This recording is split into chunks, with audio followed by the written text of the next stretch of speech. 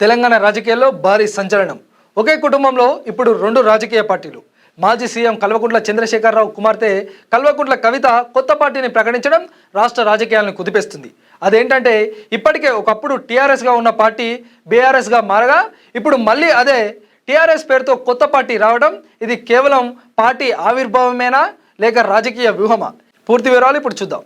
తెలంగాణ రాజకీయాల్లో కీలక పరిణామం చోటు చేసుకుంది. మేడ్చల్ జిల్లా మునిరాబాద్ లో జరిగిన భారీ సభలో కల్వకుంట్ల కవిత తన కొత్త పార్టీని ప్రకటించారు. పార్టీ పేరు మన పార్టీ పేరు చెప్పాలా? రెడీయా?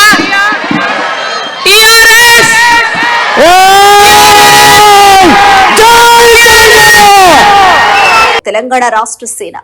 Party farm TRS.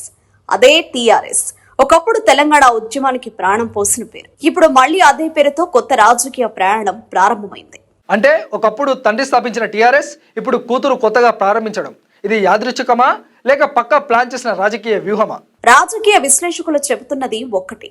టీఆర్ఎస్ అనే పేరు తెలంగాణ ప్రజల హృదయాల్లో గట్టిగా నాటుకుపోయింది. బీఆర్ఎస్ గా పేరు మారిన తర్వాత ఆ సెంటిమెంట్ లో ఒక ఖాళీ ఏర్పడింది. ఇప్పుడు అదే ఖాళీని నింపేందుకు కవిత టీఆర్ఎస్ పేరుతో కొత్త పార్టీ పెట్టారని భావిస్తున్నారు. ఇది కేవలం పార్టీ కాదు, ఒక సెంటిమెంట్ రీఎంట్రీ. అయితే ఈ కొత్త పార్టీ వెనుక అసలు కారణం ఏమిటి? కవిత ఎందుకు ఈ నిర్ణయం తీసుకున్నారు? సభలో మాట్లాడిన కవిత తన నిర్ణయం వెనుక కారణాలను స్పష్టంగా చెప్పారు.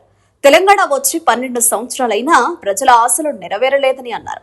బీఆర్ఎస్ పార్టీ తెలంగాణ ఆత్మను కోల్పోయిందని, అందుకే కొత్త పార్టీ ప్రారంభించాల్సి వచ్చిందని తెలిపారు. కేసీఆర్ గురించి కూడా తీవ్ర వ్యాఖ్యలు చేశారు. ఆనాటి కేసీఆర్ వేరు, ఇప్పటి కేసీఆర్ వేరు అని వ్యాఖ్యానించారు. కానీ మనం కలలు కన్న తెలంగాణ వచ్చి 12 ఏళ్ళైనా ఇంకా కూడా మనకు రాలేదు. ఏమేం కలలతో తెలంగాణ తెచ్చుకున్నామో ఆ కలలన్నీ ఇంకా నిజం కాలేదు.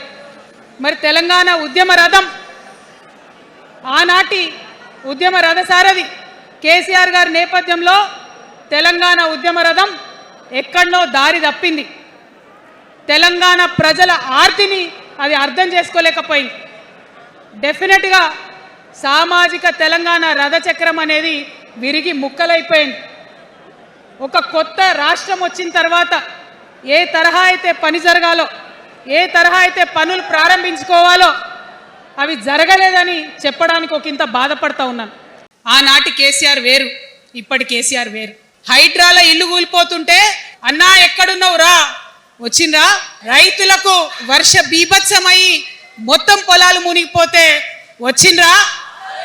ఆ సారు రారు. గుంటనెక్కల తోడేళ్ల చేతిలో ఖైదీ అయినటువంటి మనిషి మన మనిషి కాదు. మొత్తం రాష్ట్రంలో పీక్ కట్టలు కట్టడం, నేషనల్ పార్టీ పెడతామని పోయిన తప్పితే తెలంగాణ ప్రజలను పట్టించుకోలేదు. ప్రేమ నాకు కూడా ఉంది, నాకు తండ్రి కావచ్చు, అది వేరే విషయం. కానీ ఒక రాజకీయ నాయకుడిగా వారు ఈ మధ్య రాజకీయ పరిణితి కోల్పోయి మాట్లాడుతూ ఉన్నారు. ఒక కర్కోటకుడి పాలన నడుస్తుంది అలా తెలంగాణలో. ఇబ్బంది పడుతున్నారు ప్రజలు. ఆదుకోవాల్సిన అమ్మ లాంటి మన పాత కేసీఆర్ ఏడి?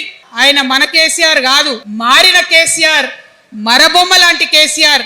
కాబట్టే ఇవాళ నేను నిలబడి యుద్ధం చేస్తా ఉన్నా. అంటే తండ్రిపై కూతురు రాజకీయ విమర్శలు, ఇది తెలంగాణ రాజకీయాల్లో కొత్త అధ్యయనం అన్నమాట. కవితకు ఇప్పటికే తెలంగాణ జాగృతి ద్వారా గ్రామ స్థాయి వరకు నెట్వర్క్ ఉంది. మహిళల్లో మంచి ఫాలోయింగ్ ఉంది. బతుకమ్మ వంటి కార్యక్రమాల ద్వారా ఆమెకు ప్రత్యేక గుర్తింపు ఉంది. ఇప్పుడు ఈ బలం కొత్త పార్టీకి ఎంతవరకు ఉపయోగపడుతుంది? అదే పెద్ద ప్రశ్న. అయితే ఈ కొత్త పార్టీ వల్ల ఎక్కువ నష్టపోయేది ఎవరు?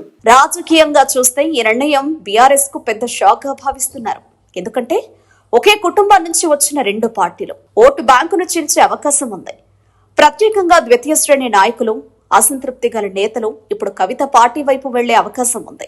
అవతలి వాడు మనవాడైనా సరే, అధర్మం వైపు వాడుంటే వాళ్ళ మీదైనా సరే యుద్ధం చేయడానికి ఖచ్చితంగా వెనుకడుగు వేయకుండా ముందుకే వెళ్తామని తెలియజేస్తూ, మరి ఈ 3 పార్టీలు కూడా, Congress party single agenda, Rahul గాంధీని ప్రధానమంత్రి చేయాలి.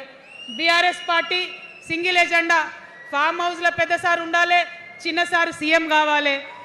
బీజేపీ పార్టీ సింగిల్ ఎజెండా, సామాజిక న్యాయాన్ని కథం పట్టియాలి. కాబట్టి 3 పార్టీల మీద కూడా యుద్ధం చేసేది ఉన్నది. అలుపెరగని పోరాటానికి సిద్ధం కావాలని చెప్పి మొత్తం మన జాగృతి సైనికులందరినీ కూడా నేను పిలుపునిస్తా ఉన్నాను. ఇక ఇది కాంగ్రెస్ బీజేపీలకు లాభమా? రాజకీయ విశ్లేషణ ప్రకారం బీఆర్ఎస్ ఓటు బ్యాంక్ విభజన జరిగితే అది కాంగ్రెస్ బీజేపీలకు లాభం కావచ్చు. ఒకవేళ టీఆర్ఎస్ కొత్త పార్టీ బలపడితే తెలంగాణ రాజకీయాల్లో త్రిముఖ పోరు ఖాయం. మరి కవిత వ్యూహం పనిచేస్తుందా లేక ఇది కేవలం ప్రారంభ హంగామా మాత్రమేనా? కవిత చెప్పినట్టుగా ఇది ప్రారంభం మాత్రమే. ముందింకా పెద్ద రాజకీయ పండుగ ఉంది.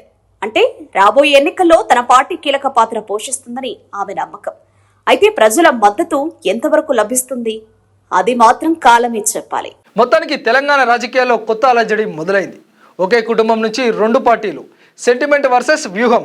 ఇది రాజకీయ సమీకరణాలను పూర్తిగా మార్చే అవకాశం ఉంది. మరి ఈ కొత్త టీఆర్ఎస్ పాత చరిత్రను తిరిగి రాస్తుందా లేక కొత్త కథగా మిగిలిపోతుందా? ఇది తెలుసుకోవాలంటే కొన్ని రోజులు వేచి చూడాల్సిందే.